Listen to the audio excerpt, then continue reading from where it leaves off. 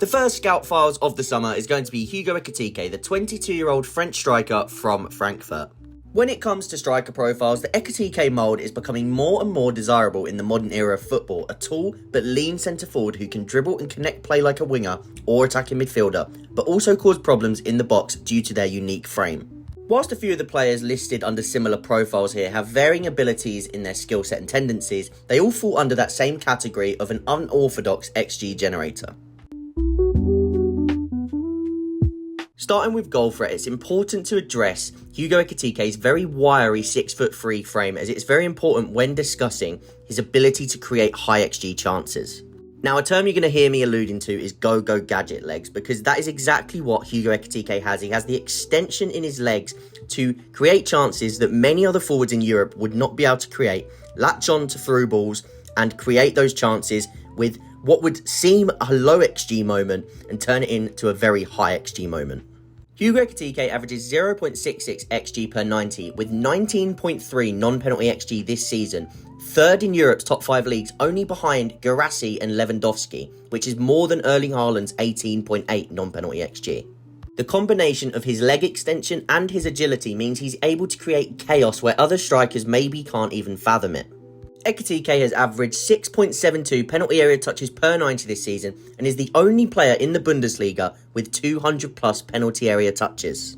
Whilst there is scepticism around his physicality to battle in the penalty area, his ability to use that wiry frame, gather touches and basically make it that defenders have to foul him to take the ball off of him is a trait in itself. In regards to ball striking, Hugo Ekitike has a good low-driven shot. He often goes towards this technique, going to shoot low and hard across the goalkeeper, shifting his body weight really nicely to stay over the ball and drive it into the bottom hand corners. This isn't to say that he doesn't have flaws in his finishing, sometimes picking the wrong option and trying to force a shot. He underperformed his XG by minus 5.6 last season in all competitions. Now, when it comes to that aerial box threat, Hugo Ekitike has tons of potential, which is kind of untapped and has plenty of scope to improve. Ekitike has averaged 2 aerial duels won per 90 this season, winning 50.3% of his aerial duels.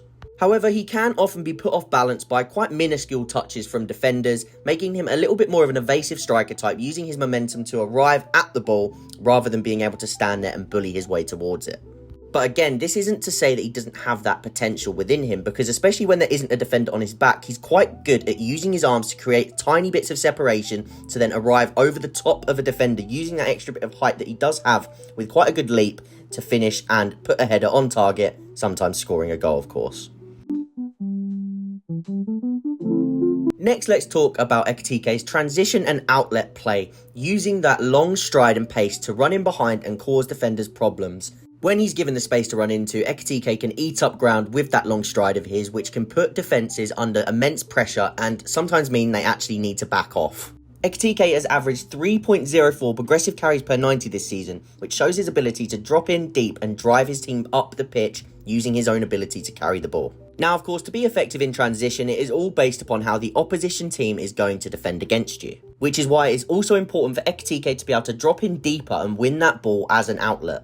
His ability to make things stick, control possession and come back in towards midfield and make little link play touches to help his team progress is a huge asset of Ekitike's. As we keep referring back to with his frame, it is very hard for defenders to get close enough to him to win the ball back without fouling him. Ekitike is a willing runner. He's willing to stretch defences by running in behind them when that space is there and become that solo out ball and outlet that teams often do need against teams that are willing to press high. But the fact that he can also drop in, receive to his feet and link play with his midfielders is another huge asset that is important to have and a good mixture that is important to have.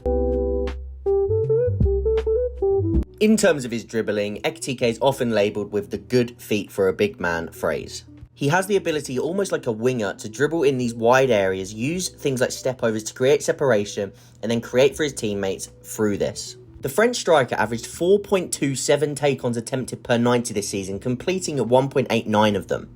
Ekitike's ability to peel out wide, receive the ball, be agile in tight spaces, and dribble in those wide areas is very complete for a striker, and it's something that many managers would be blessed to have in their squad.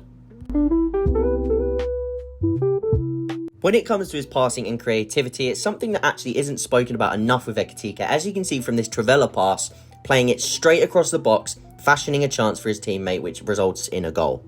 Ekitike managed 12 assists in all competitions this season, which is 0.3 assists per 90, making 1.6 key passes and 3.49 shot creating actions per 90. Whilst Ekitike sometimes can make the wrong decision trying to get a shot off when it perhaps isn't there, especially since Marmoush left, he does also have the capacity to play very deft passes between the lines for runners who are running beyond him. He also has the ability to link play in close proximity with his teammates with little flicks and tricks around the corner. But it isn't just the ability to pull these off that is impressive with Ekitike, it's also his understanding of space when proceeding to play a flick around the corner to either run into the space vacated or to open up a space for somebody else to run into themselves. Perhaps Ekitike's most underrated quality for me would be his ability to press. The French forward is an active defender in the passing lanes. He's always looking to stick a leg out and use those long limbs that he has to intercept passes and stop the opposition from progressing the ball. This also gives him the capacity to win the ball in that first phase of build-up and turn what looks like a nothing situation into a goal. The fact that Ekitike is an active defender who looks to block those passing lanes can deter opposition from building up through the centre of the pitch. Now let's head over to the tactics board and let's have a little look at how Ekitike could fit in at Chelsea, playing as that number 9. So to begin with, playing out from the back, Chelsea going to probably set up in that 3-2-4-1 shape with these 2 number 8s and the box midfield with the double pivot quite nice and compact, as we've sort of seen this season from Chelsea. Now, in terms of giving them an option to play over the top, we spoke about it in terms of how he can affect games in transition and how he can be a bully in that sense of the word, rather than a box bully. He can drop in to these areas, which would then create that pentagon shape that we've spoke about a lot this season with Chelsea and Maresca, creating this build-up pentagon here. When it comes to other aspects of the game, he can come in, he can link, and he can allow these players to burst into space, as you can see with Enzo and Palmer. And that's something Enzo has been very good at this season. Cucurella has excelled in that sense. He can sort of attack that space that is left by Ekitike when he drops into this spot here. But also what Ekitike can do is he has that ability to turn and drive at play himself and create for others with those little flicks or little connection pieces of play that we spoke about, with the wingers hopefully attacking the box as well. So that's one way that Ekitike could especially help when playing over the press from Chelsea in this sort of usual build-up shape. However, when they do squeeze the opposition into their half of the pitch, and you're likely going to see something like this, and you want Ekitike to be that box threat, whilst he has those XG mining tools that we sort of spoke about with his long limbs and his ability to, again, he's tall, so he has that ability in the air if he so wishes. Like he's not like he doesn't exist with him. However, he's not quite got the same bullish mentality inside the box as, say, a Delap, as we spoke about. But this is why it could work well for Chelsea having both of them, because you have a Delap now, whereas last season with Jackson, you didn't have something different to come off the bench and give you something different against these lower blocks when they are going to sit compact against you. Again, Ekitike, he can link with these players well. He can create those shooting angles for himself. He'll get plenty of box touches.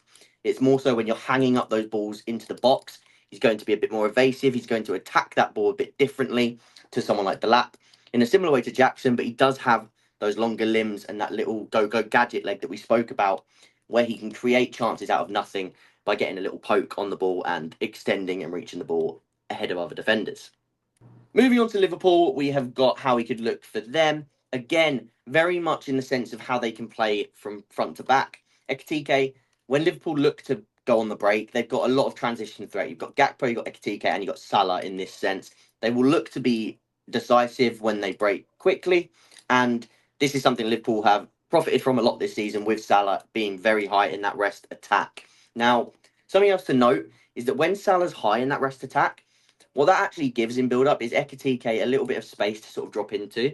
Now, he is a little bit better when he does it off the left, but Gakpo sort of joining that attack and having Gakpo and Salah, Ekitike could almost be that Firmino type where he drops in, he can play, he can roll out to one of the channels, and he can use that dribbling technique to then drive in and connect with other players. But he has these inside forwards attacking the box and basically taking up that space that he's leaving, which at Chelsea, for the different example, would have had to be the number 8. For this, you get the wingers who are a little bit more equipped to do that. And I do think this could work really, really well for Liverpool. Again, Wirtz, he'd have a very good field day in terms of finding Ekitike. They could probably create a very nice partnership in that sense. You got these flying wing backs to provide width as well, and those double ups with Ekitike out wide if Gakpo drifts in, vice versa on the right side for Frimpong. So it would be a very, very interesting team to watch if Ekitike did join Liverpool, and I could see it working very, very well. To summarise, Hugo Ekitike already has plenty of brilliant qualities with a lot of scope to improve even further in many attributes. The Frenchman could go on to become one of the best strikers in the world in due course.